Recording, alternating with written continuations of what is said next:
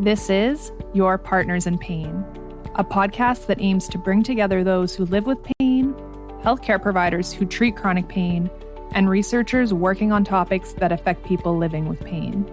This podcast is a must-listen for anyone experiencing pain or anyone trying to help those who live with it.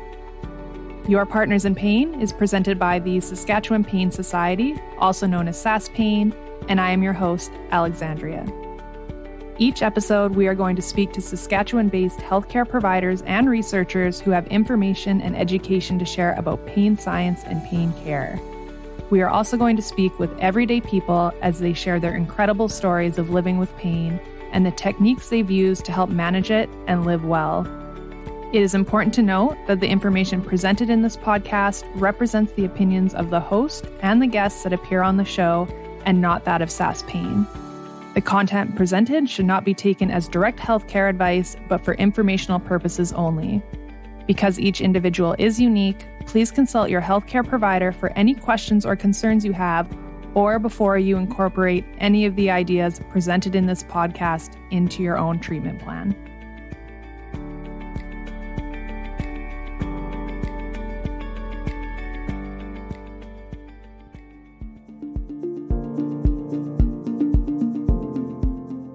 Today on episode 7 of Your Partners in Pain, we're speaking with Dr. Robert Laprairie.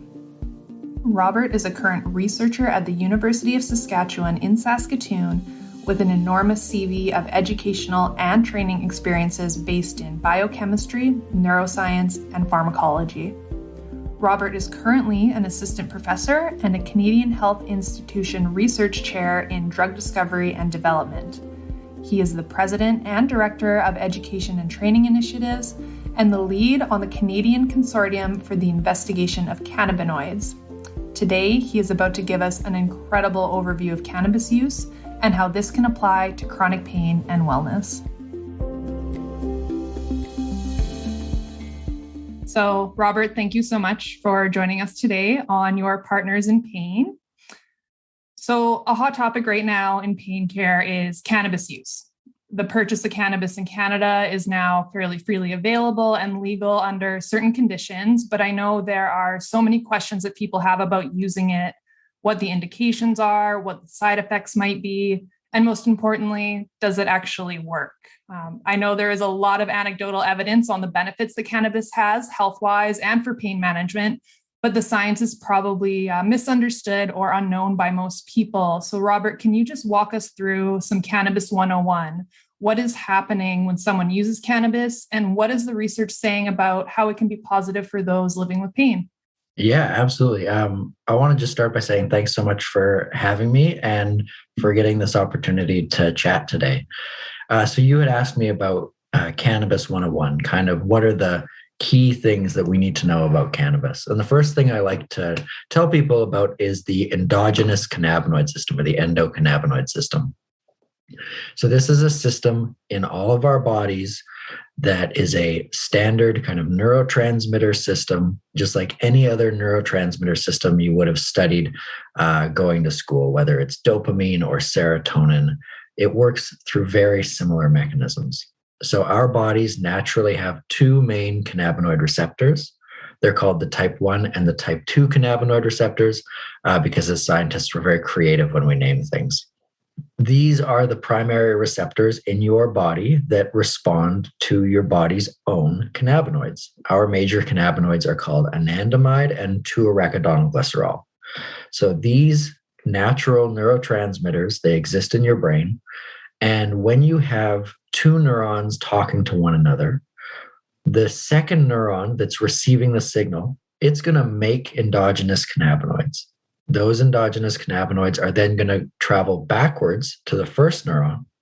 They're going to interact with CB1, the type 1 cannabinoid receptor. They're going to turn it on, and they're going to use CB1 to tell that first neuron to slow down and actually release less neurotransmitter. So your endogenous cannabinoid system is there to kind of act like a braking mechanism to slow down neurotransmission. In the same way, we have type 2 cannabinoid receptors in our inflammatory or immunomodulatory cells, like our T cells and our B cells. And when endogenous cannabinoids work at CB2, really what they're doing is telling those cells to release less pro-inflammatory stimulus. So it's an anti-inflammatory activity. Now, in the cannabis plant that we are now becoming more and more familiar with as a society, cannabis naturally makes chemicals that resemble our body's own endogenous cannabinoids. This is just kind of an evolutionary coincidence. It's not like the cannabis plant was out there waiting for some human to happen upon it. One of the pervasive hypotheses right now is that the cannabis plant actually makes these chemicals as a form of built-in sunscreen to protect itself from UV radiation, but we really don't know. In any case, cannabis makes many, many different cannabinoids. And the two that we understand best are delta-9 tetrahydrocannabinol, or THC, and cannabidiol, or CBD. So THC is the thing in cannabis that gets you high. And it does that by activating CB1 more than your own endogenous cannabinoids might. So it kind of like hijacks the system that's already there in your body. And it facilitates the getting high, but it also does things like modulating pain perception and movement and mood states. CBD is a little bit more complex, and CBD works through a whole bunch of receptors in your body to mediate many different effects, including anti-inflammatory effects. But CBD doesn't get you high. So that's the main difference, the main takeaway there. The other thing that I just want to emphasize in this kind of Cannabis 101 piece is that really this is an emerging field. We are just beginning to understand how cannabinoids work at a detailed level. If we compare our understanding of the endocannabinoid system to other systems like opioids, we've known about opioid receptors since the 1960s. We've known about morphine since at least the 1700s, if not earlier. But if you look and compare that to cannabinoids, we didn't actually know there was a cannabinoid receptor until 1991. So the delay or the difference is very real. And this is a growing field that we're still uncovering new things about all the time. Okay, cool. That was a lot of science. I feel like I should be taking notes as we go along, which is the beauty of having a recording because we can go back and listen. But thank you so much for that incredible overview. And I understand your professional background and educational training was focused on biochemistry and pharmacology, which I now fully understand, which is why you speak so well about this. But how did you end up exploring cannabis specifically as a medicine? Yeah, so I started working in the cannabinoid cannabis field back in 2010.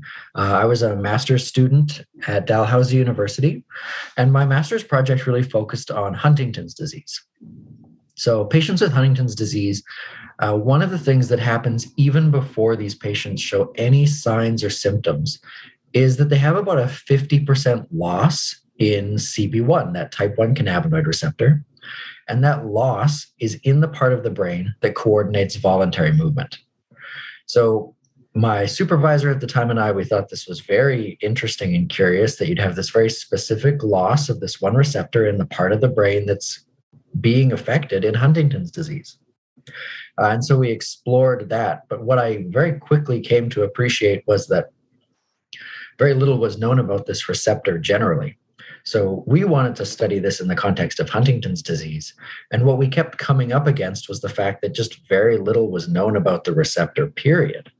And so that kind of led me to realize that, this is an opportunity to study something unique and novel and new and really explore, some new frontier, I guess you could call it. And that got me excited to just understand the basic pharmacology of the receptor. Now, it happens that that's the receptor that gets activated by THC from cannabis. But really, there's a lot of potential here to explore and understand something really new. So beyond Huntington's disease, we can now explore just, how does the receptor work? What are its functions? What does it do? And where in other disease states might we have use for or need to reduce the harms of cannabinoids. So, yeah. Absolutely. That's such a cool transition. And I saw that in 2020, you actually published a paper with some colleagues on how cannabinoids are being used as a therapy for both substance use disorder and post-traumatic stress disorder. And I am really interested in this because in my own research at the university, I've repeatedly noted that there is a very close overlap between chronic pain, mental health, trauma, and substance use. Specifically, a lot of people falling into problematic alcohol or opioid use to self-manage their pain, whether that's emotional and physical. And in the case that I was in, I'm looking at veteran health, where obviously PTSD is highly prevalent. Mm-hmm. And I am going to disclose a personal piece of information here because I think it's important for clinical evidence as well as stigma reducing purposes. But I actually started taking medical cannabis myself in early 2020 in the form of pure CBD soft gels. I just take it like a pill every day. And my family doctor had suggested that to me after I had started experiencing really bad chronic pain following a traumatic experience that occurred in a medical setting. And I would say personally, CBD was the single most effective therapy for me in terms of getting my pain under control, helping reduce my nervous system overregulation and my overall anxiety so that I could start to function better in my everyday life. And I'm still taking it every day. I've never felt high. I've never had any negative side effects. So I can personally attest to the benefits here. But can you give us some insight? What is happening? Anything that you've observed through your own research in the most simple terms about how and why so many people start having so many different improvements health-wise in so many ways, whether that's physically, mentally, emotionally? Just can you speak to that at all? Yeah, absolutely. So I think this is really great. I really appreciate bringing in lived experiences and talking about this. Like I said, we're at a stage in cannabis research where like the more data points, the more information we have, the better. And I think too often in air quotes, basic science, we forget, the impacts of effective medicines have on people's real lived experiences. So there's a few different pieces here that I want to unpack.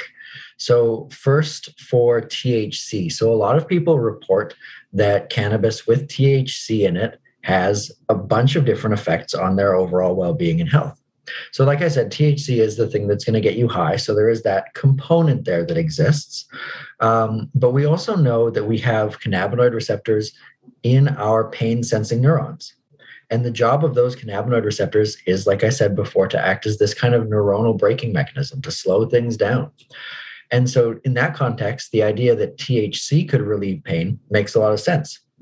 It's actually the same population of neurons where we see opioid receptors. And so there's increasing evidence now to suggest that THC might actually work as a substitute or an opioid-sparing medication in those cases too. In terms of overall well-being, things like sleep and anxiety, we have lots of CB1 receptors in areas of our brain that are responsible for mood and affect. And in those brain regions, again, you're slowing down neurotransmission, which could reduce anxiety, which could improve mental health and could improve sleep. And sleep is a big thing here. I think often in clinical studies, sleep is overlooked. But I mean, one of the primary reasons I get grouchy is if I haven't been sleeping well, right? CBD is a whole other kettle of fish because it has a lot of different activities in the body. In my lab, we refer to CBD as the promiscuous ligand because it binds to many, many different receptors. But among those different receptors, there have been reports from our group and others of CBD working through serotonin receptors, which would mean that CBD could alleviate anxiety or boost mood. There have also been reports of CBD working through type 2 cannabinoid receptors to relieve inflammation. And so this all plays into the idea that CBD, although not the same as THC, also has a role to play in reducing inflammation and affecting mental health. I think what's really exciting here is that we have this kind of little treasure trove of things that we can get into in this plant in terms of pharmacology. Like I mentioned with THC, this has really important implications for pain management and substance use disorder. There is increasing evidence, particularly out of the BC Center for Substance Use, that cannabis can be substituted for some opioids or help with opioid relief. But really looking forward, I think what we need to be thinking about is how we can study this in a more directed way and really put an evidence base into the medicine. Because what we don't have right now is the ability to say, oh, you have chronic pain, perhaps you should take this dose of THC twice a day for X number of months. There's no defined prescriptive measure like that. And so for patients like ourselves, it becomes more of a trial and error process. And so that's where the clinical information is really lacking.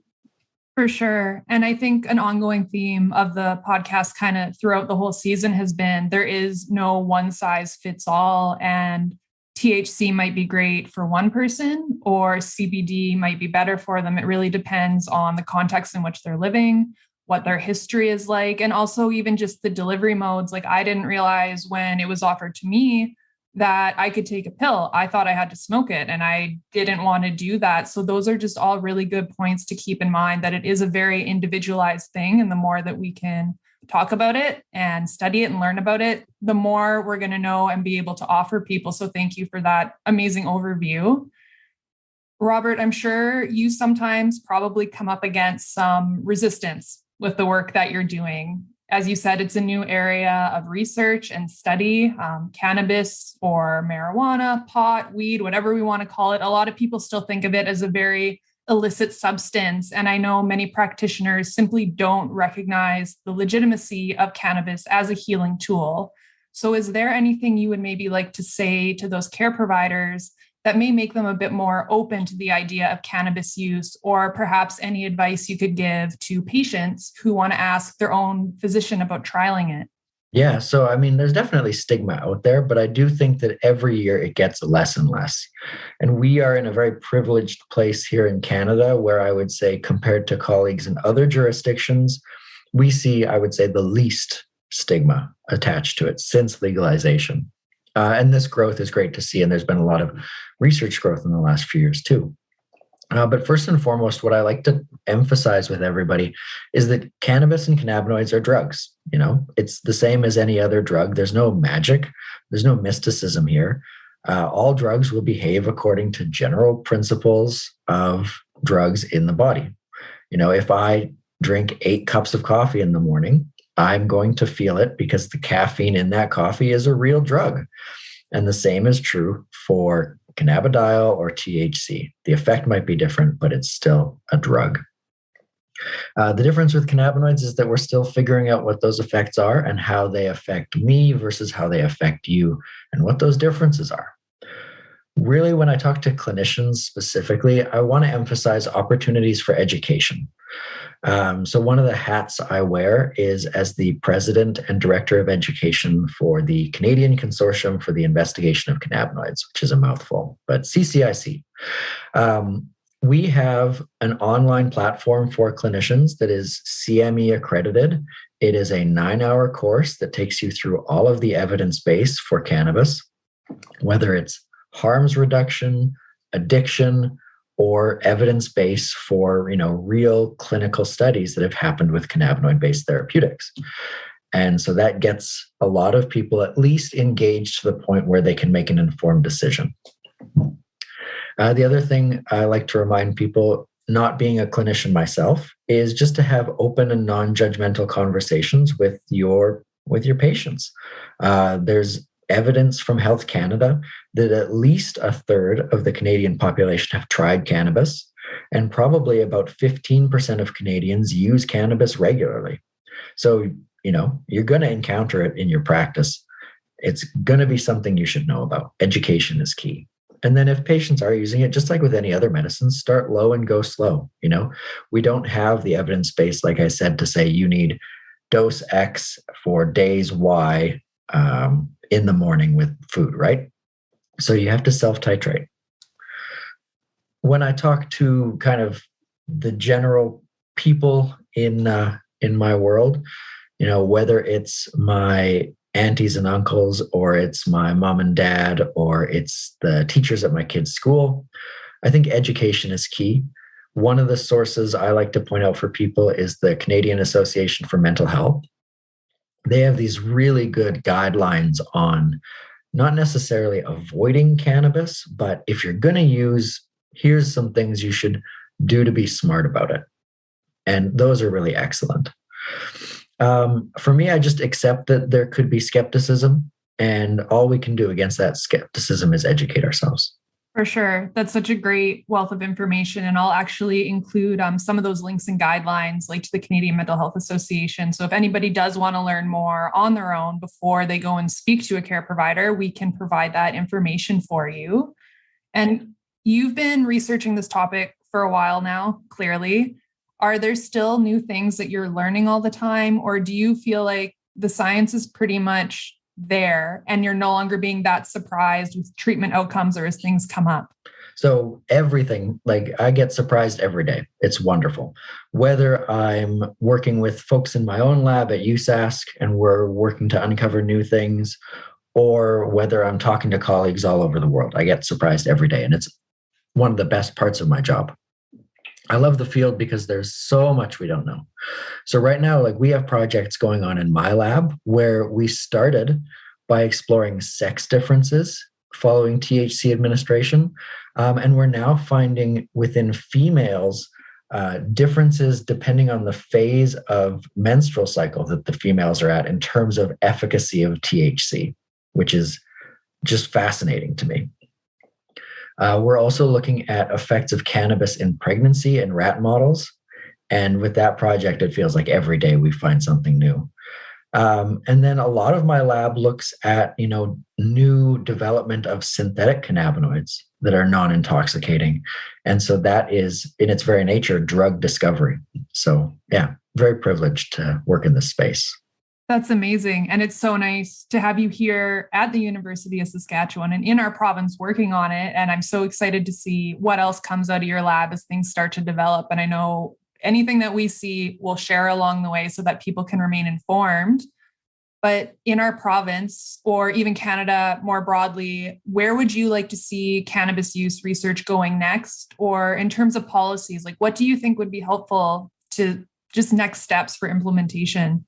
Yeah, for sure. In Canada, I really want to see a more systematic approach to cannabis-based medicines, and we're getting there. Like I do see cause for relief or happiness there.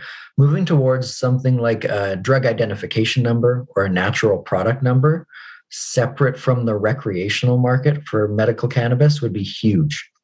This would allow us to do big, rigorous clinical trials.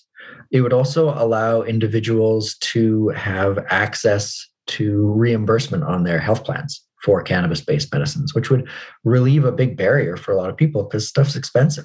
I would also like to see some sort of national system for research monies. So this is my big ask as a very open socialist. So some kind of levy where you could, say, tax cannabis companies at a small percentage in order to feed monies into the research that's solely needed. That sort of model has been hugely successful for the canola and wheat pools, and I think it could be successful here too. But both of these things, they require huge cooperation from, the private sector, government, and researchers like myself. But that would go a long way to help us move forward.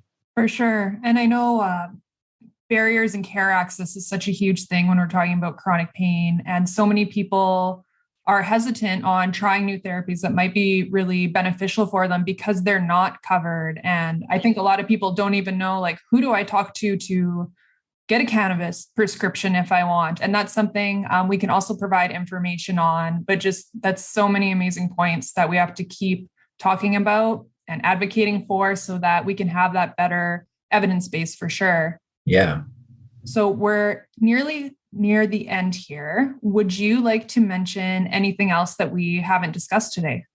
So I managed to get a plug in for my lab, which I was very glad to do. I'm very fortunate to be able to talk to you today. The truth of the matter is, as a faculty member now at the University of Saskatchewan, my actual time in the lab is very minimal. So a lot of the research that's been going on over the past 3 years in the pandemic especially has been carried out by the very hardworking folks in my lab, the grad students, the undergrad students, the postdoctoral fellows. So I just really appreciate all of their hard work, grinding through this every day, making the really important discoveries. And I'm just so very happy to be able to support them. And I would say that if others are interested in this field, if this is an area of research that they want to get into, then, University of Saskatchewan is a great place to be. We have opportunities, not just with my lab, but with other labs as well, to kind of move forward the dial on this research. And happy to answer questions if people are listening to this and think, oh, I wonder about this. Then I'm always available. For sure. And we appreciate that because we do often get a number of questions after an episode has come out. We will provide some contact information for Robert. So if anybody wants to reach out and seek some clarity on anything. But as you said, the University of Saskatchewan, we are doing a massive amount of health research there, whether that's in pain, whether that's in cannabis, community and public health more generally. It is an amazing place to be. And we are very lucky to have the university here with so many different research activities. But because this is a Saskatchewan-based podcast, one question we always ask is, what is one of your favorite things about living in the province, or a place you love to visit or spend your time? So one of my favorite things about living in Saskatoon is just being able to enjoy the city so close by to me. I haven't said that very well. We know what you mean. Some of us have lived in big cities and it's not the same as when you're here. I did grad school in Halifax. I did my postdoc in Florida. And it felt like, if you wanted to go to the park, it was a 10-minute drive. And if you wanted to go to work, it was a 30-minute drive on the freeway. And, here I can bike to work in 15 minutes, right? And it's amazing. One of my favorite places to go is the Whitecap Park, just south of the city. I love to take my dog there and just let him run around and be crazy in the park and have a great time. It's so beautiful and easily one of my favorite places to go in the city. Absolutely. And I think a lot of people will resonate with that because we've got a lot of animal lovers that listen into the podcast, and getting out with your dog, getting out in nature, just taking a walk outside in our beautiful city and the surrounding area, that is so good for both your physical health and your mental health. So if you haven't been to that area yet, we definitely recommend it. But thank you, Robert, again, so much for your time and all your information today. We would absolutely love to have you back. So thank you. Thank you so much for having me. And if you go to the dog park, maybe you'll see me and my boxer cross Sam running through the trails. Awesome. We look forward to it. As we said in the podcast, Robert is available to speak to you to answer any questions that may have come up regarding Cannabis Use 101 or some of the research activities happening at the USask campus. He is also on Twitter and Instagram at rblaprairie. That's RBLAPRAIRIE,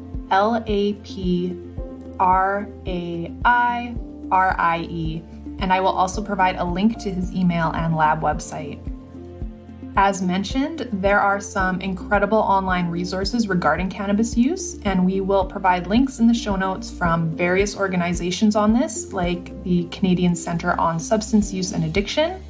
And also, if you are over 18 years of age and a patient interested in trialing medical cannabis as a part of your own pain management, you can speak to your physician for a referral, or you can contact the Clinic Network.